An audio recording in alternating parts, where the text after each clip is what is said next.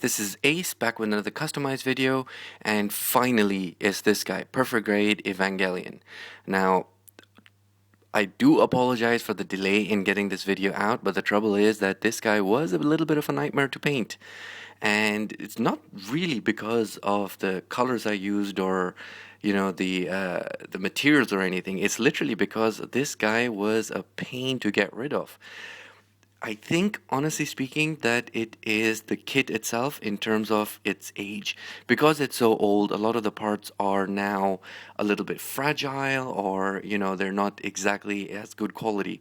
So the trouble was that once I actually put all the pieces in, taking them out to get them painted was a nightmare.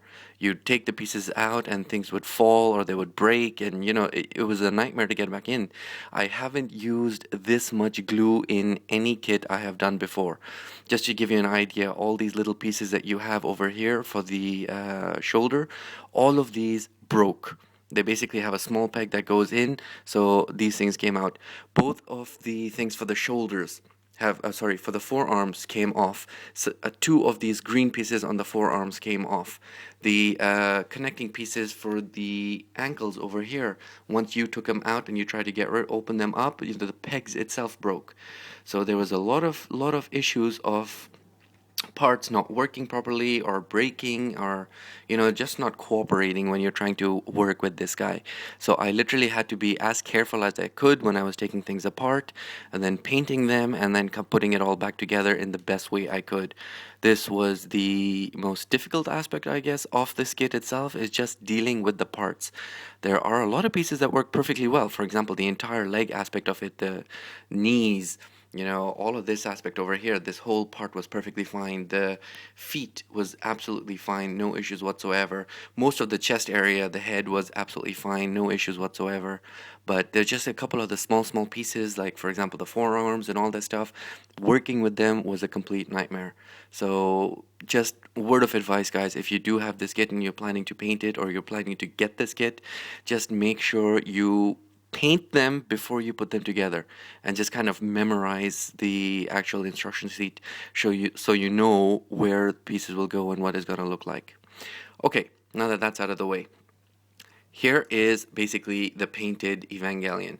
What I've done is, instead of having the absolutely normal kit, what I have done is give it a completely metallic color scheme. So I've got the metallic purple, metallic green, metallic blue, and golden. These are the four main colors that I've used. Then in addition to this, I have gone on done a whole bunch of detail work. For example, all the little rivets over there, the gold points over there, all of the stuff on the head that you see with the, I don't even know what they are, vents, I guess. I've gone in and colored them out for there. All of this part here on the V-fin, the inside of the mouth, all these sort of details you've gone in and done in. And then I've gone in and I've put in a few of the water slide decals. I haven't really done a lot because I like the way this kit looks and I didn't want to clutter it up by, adding a lot of decals. So I've basically put a few in, which are like, for example, the EVA 1 over there, the EVA 1 test over here, a couple for the shoulders. That's about it. I really did not go too much. Even over here, for example, on the shoes, I've put in that danger if it shows up. Yeah, but that's about it. I really haven't done that much more in terms of decals.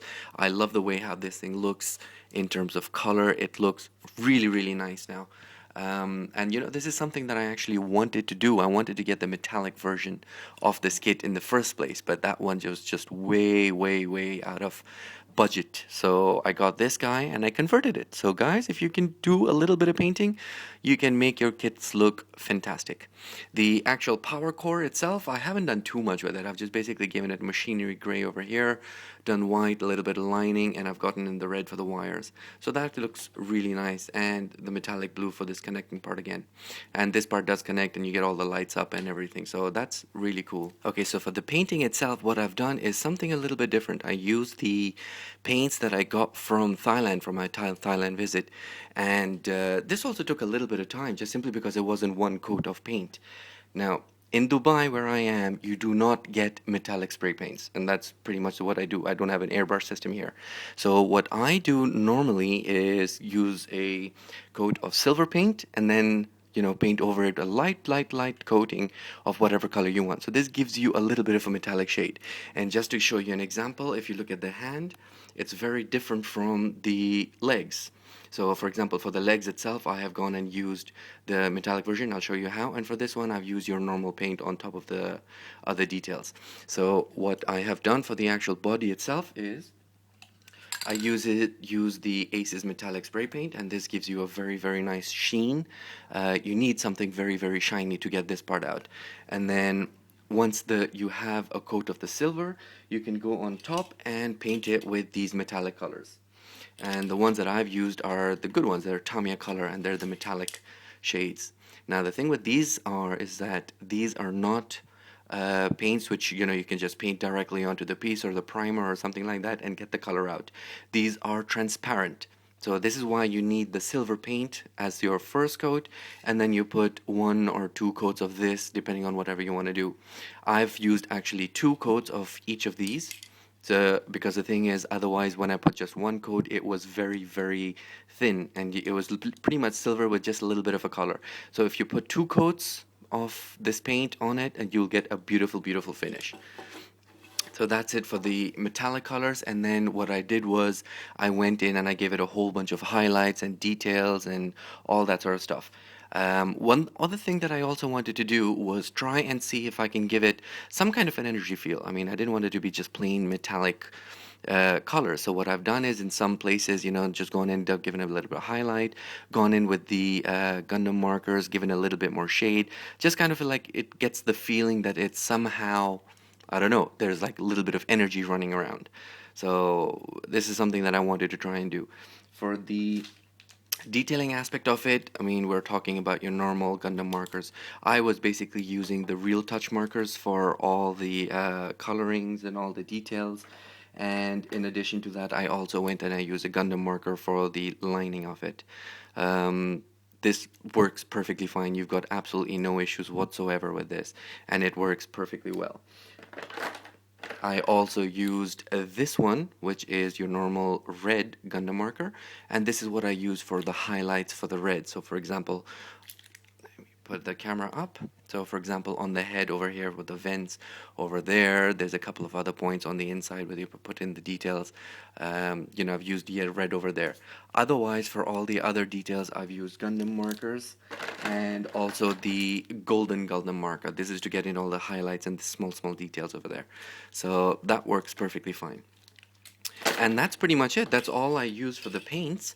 The only other thing that I did was this other head that you get with it. This is the face that you can get, kind of like the inner skeleton head, I guess, if you could call it.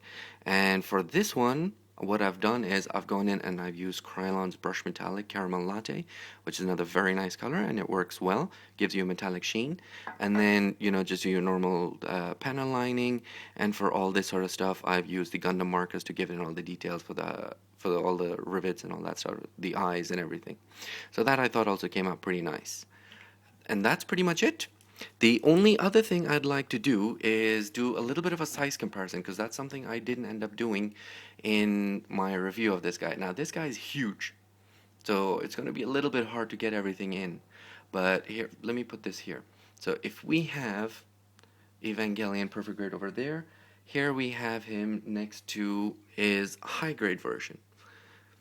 And this kind of shows you a little bit on what the difference in the colors is.